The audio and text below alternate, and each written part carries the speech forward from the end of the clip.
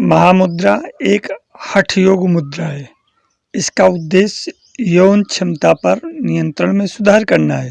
अपान से जुड़ी यौन क्षमता, सुप्त आध्यात्मिक ऊर्जा अर्थात कुंडलिनी, जगने और आध्यात्मिक शक्तियों को अर्थात दूसरे शब्दों में सिद्ध की प्रक्रिया में आवश्यक है। यहाँ यह निचली ऊर्जाओं को रीढ़ की हड्डी के ऊपर प्रक्षेपित करता है और उन्हें आध्यात्मिक ऊर्जा में परिवर्तित करता है। इस प्रकार महामुद्रा रासायनिक परिवर्तन और यौन क्षमता के उत्थान का एक संकेत है और साथ ही शरीर की सर्वोच्च ऊर्जा कुंडलिनी को जागृत करने की एक विधि भी है। घेरंड संहिता के तृतीयोपदेश के चौथे और पांचवें श्लोक में कहा गया है, मुद्राणाम पटलम देवी कथितम तव सन्निधो एन विज्ञात मात्रेने सर्व सिद्धि प्रजायते गोपनीयम सयत्नेने न देयम यस्य कस्यचित् प्रीतिदम योगिनां चैवे दुर्लभम मरुतामपि। अर्थात भगवान महेश्वर ने देवी पार्वती से कहा कि हे देवी, मैंने तुम्हारे सम्मुख मुद्राओं के तमाम नामों का उल्लेख किया है जिनके जानने मात्र से ही समस्त सिद्धियां प्राप्त हो जाती हैं। ये मुद्राएं यत्न पूर्वक गोपनीय है, अतएव जिस किसी को अर्थात अपात्र को प्रदान करने योग्य नहीं है, देवताओं के लिए भी दुष्प्राप्त। ये समस्त मुद्राएं योगियों के लिए परम प्रीतिदायक हैं। ग्रह्यामल में भी उल्लिखित किया गया है, मुद्राणाम दशकम ये तद्व्याधि मृत्यु विनाशिनम देवेश कत्तम दिव्यमष्टै स्वर्पदायकम वल्लभम योगिनाम एतद्दुर्लभम मरुतामपि गोपनीयम प्रयत्नेन यथा रत्न करंडकम कस्यचिन्नैव वक्तव्यम कुल स्त्री श्रुतम यथा। इसका अर्थ यह है कि मुद्राओं के सतत अभ्यास से व्यक्ति व्याधि और मृत्यु के भय से मुक्त हो जाता है। ये मुद्राएं अणिमा आदि अष्ट सिद्ध ऐश्वर्यों को प्रदान करने वाली होने के साथ साथ योगियों के लिए भी परम प्रीतिदायक हैं। देवताओं के लिए भी दुर्लभ इन मुद्राओं को जिस प्रकार रत्नों से परिपूर्ण भांडों को गोपनीय रखा जाता है, उसी प्रकार गुप्त रखना चाहिए। साथ ही जिस प्रकार कुलांगनाओं के साथ किए गए सुरत व्यवहार को प्रकाशित नहीं किया जाता, उसी प्रकार प्रकाशित करने से विरत रहना चाहिए। मानव शरीर में स्थित कुंडलिनी शक्ति सदैव सुषुप्तावस्था में विद्यमान रहती है। जिस प्रकार से भुजंगराज शेषनाग अनंत गिरि काननों से सुशोभित भूमंडल के एकमात्र आधार होते हैं, उसी प्रकार वह सुषुप्त कुंडलिनी भी यावतीय हठतंत्र का आधार होती है। आधार स्वरूपा वह कुंडलिनी यदि जागृत हो जाए तो वर्तमान पंचभूतात्मक शरीर की खड चक्र स्थित समस्त पद्म एवं ग्रंथियां स्वतः प्रस्फुटित हो जाएं। साथ ही प्राणवायु भी सुषुम्ना मार्ग का आश्रय करते हुए अनवरत रूप से आनंद पूर्वक प्रवाहित होती रहे। अवलंबन रहित मन के स्थिर होने पर ही अमृत अथवा मोक्ष की प्राप्ति संभव हो पाती है। अतएव कुंडलिनी शक्ति को जागृत करना सर्वथा कल्याणकारी होता है। इसलिए मुद्राओं का अभ्यास आवश्यक होता है। इसी को ध्यान में रखते हुए महामुद्रा कैसे की जाए, किस प्रकार उसका अभ्यास किया जाए, इसको घेरंड संहिता में भी संगीताकार ने अपने शब्दों में इस प्रकार कहा है, पायु मूलम वाम गुल्फे संपीड्य दृढ़ यत्न याम पादम प्रसार्यार्थ करे धृत पदांगुला कंठ संकोचनम कृत्वा भ्रुवोर मध्यम निरीक्षयते।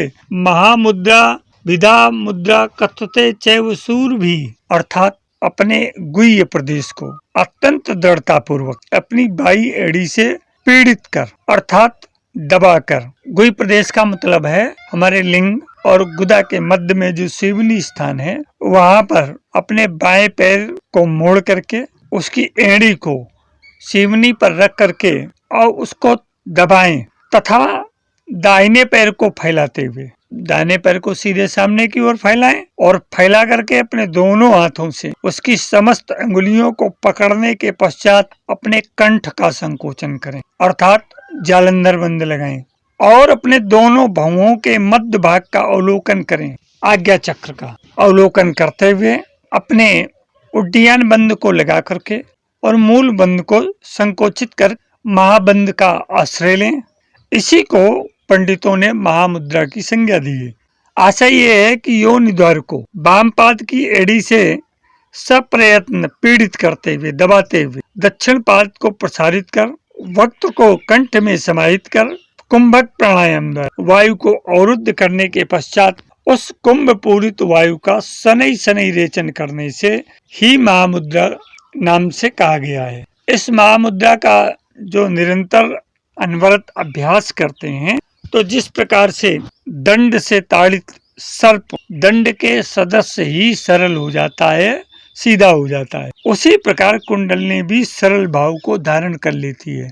अब इस महामुद्रा का फल कथन क्या है, इसका परिणाम क्या है, तो ग्रंथकार ने तीसरे अध्याय के 8वें श्लोक में इसको स्पष्ट किया है। क्षय कासम गुदावर्तम प्लीहा जीर्णम ज्वरं तथा नाशयत सर्व रोगांच महामुद्रानि सेवनाते। अर्थात जिस प्रकार से अभी पूर्व में हमने आपको महामुद्रा का अभ्यास बताया, उसी प्रकार महामुद्रा का निरंतर अभ्यास करते रहने से क्षय, कास, गुदावर्त, प्लीहा, अजीर्ण और ज्वर के साथ साथ समस्त रोगों का भी विनाश हो जाता है। महामुद्रा की जो विशिष्टता है उसको भी अभिव्यक्त करते हुए शिव संहिता में भगवान शिव ने माता पार्वती से कहा है कि मंद भाग्य मनुष्य भी इस महामुद्रा के अभ्यास से सिद्धि को प्राप्त कर सकते हैं। इसके अभ्यास स्वरूप शरीर अंतर्गत अवस्थित नाड़ी समूह परिचालित होता है एवं जीवन के लिए संजीवनी स्वरूप शुक्र स्तंभित होकर जीवन को भी अवस्थित रखता है। इसके प्रभाववश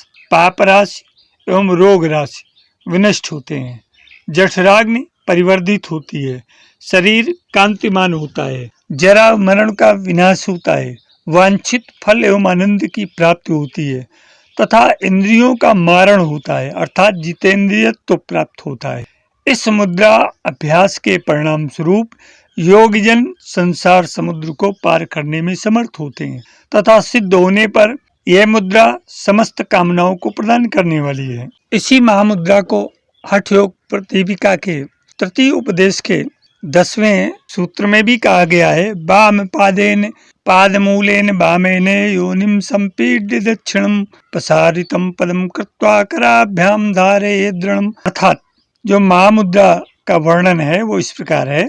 साधक अपने वाम पाद के पार्श्व भाग अर्थात एड़ी से योनि अर्थात गुदा एवं शिश्न के मध्य स्थान को दबाकर संपीड अर्थात दबाकर दक्षिण पाद दक्षिण दाहिने पैर को लंबा फैलाते हुए तथा उसकी पार्श्व का भूमि से स्पर्श कराते हुए उसके अंगूठे के अग्रभाग को दोनों हाथों की तर्जनी अंगुलियों से दृढ़ता के साथ पकड़े। और इसी स्थिति को और स्पष्ट करते हुए ग्रंथकार ने कहा, कंठे बंधम समारोपे धारे तो वायु मूर्धता यथा दंडता सर्पो दंडाकारा प्रजायते।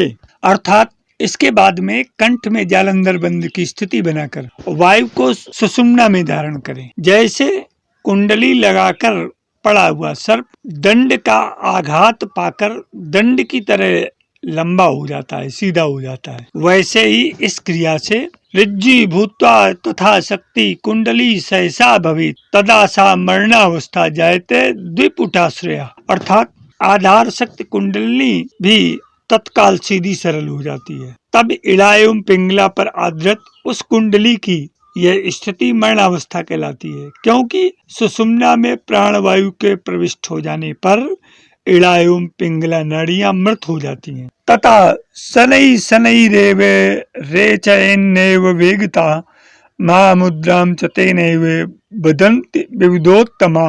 इसके पश्चात साधक को कुंडली की यह दशा होने पर प्राणवायु का रेचन त्याग एक्सहेलेशन धीरे धीरे ही करना चाहिए, तीव्रता से नहीं। तीव्रता पूर्वक एक्सहेलेशन रेचन करने से साधक के शारीरिक बल के नाश की संभावना रहती। विद्वान लोग इस मुद्रा की ऐसी विशेषता के कारण ही इसको महामुद्रा कहते। इयं खलु महामुद्रा महासिद्धि प्रदर्शिता महाक्लेशा देहोदोषा क्षीयन्ते मरणादया महामुद्राम च तेनैव बदन्ति विविधोत्तमा। इसका अर्थ यह है, प्राचीन महासिद्धों ने इसलिए भी इस मुद्रा की प्रशंसा की है कि यह महामुद्रा अभ्यस्त होने पर साधक के पांचों महाक्लेशों एवं 5 महादोषों का तथा जरा मरण आदि क्षय नाश हो जाता है। इनमें अविद्या, अस्मिता, राग, द्वेष एवं अभिनिवेश ये 5 महाक्लेश कहलाते हैं।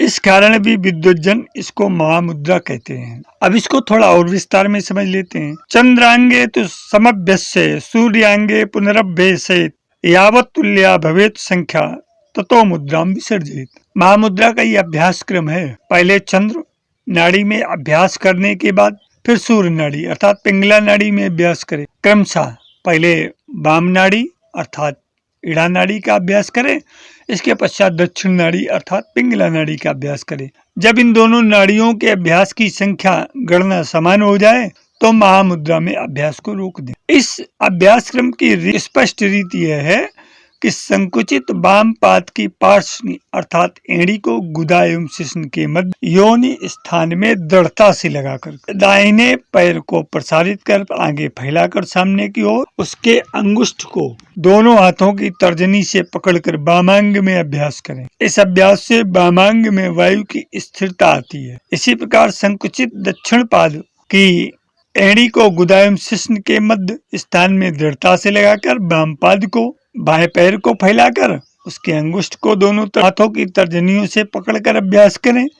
इस अभ्यास से जड़ अंग में वायु की स्थिरता आती। नई पथ्यम अपथ्यम व रसा सर्वेपि नीरसा अपिभुक्तम विषम घोरम पीयूषम अपि जीरति। महामुद्रा का लाभ पहले भी बता चुके हैं, परंतु हठ योग प्रतियोगिता में भी इसकी पुष्टि की गई है। इस महामुद्रा के अभ्यासी साधक के लिए कोई भी आहार एकांतता पथ्य या अपत्य घोषित नहीं किया जा सकता। इस मुद्रा के अभ्यासी द्वारा किया गया आहार उसको जीर्ण हो जाता है। कहने का मतलब यह है कि इस मुद्रा का अभ्यासी साधक भले ही विष संपृक्त आहार करे या अमृत संयुक्त, उसको ये दोनों ही प्रकार के आहार खा लेने पर जीर्ण हो जाते हैं। विष संपृक्त आहार से उसको कोई हानि नहीं होती। क्षय कुष्ठ गुदावर्त गुल्मा जीर्ण पुरोगमा तस्य दोषा क्षम यान्ति महामुद्राम तुयोभ्यसेत। अर्थात जो लोग महामुद्रा का निरंतर अभ्यास करते हैं प्रत्येक 3 घंटे में और दिन में 4 से 5 बार, उसके शरीर में महामुद्रा के अभ्यास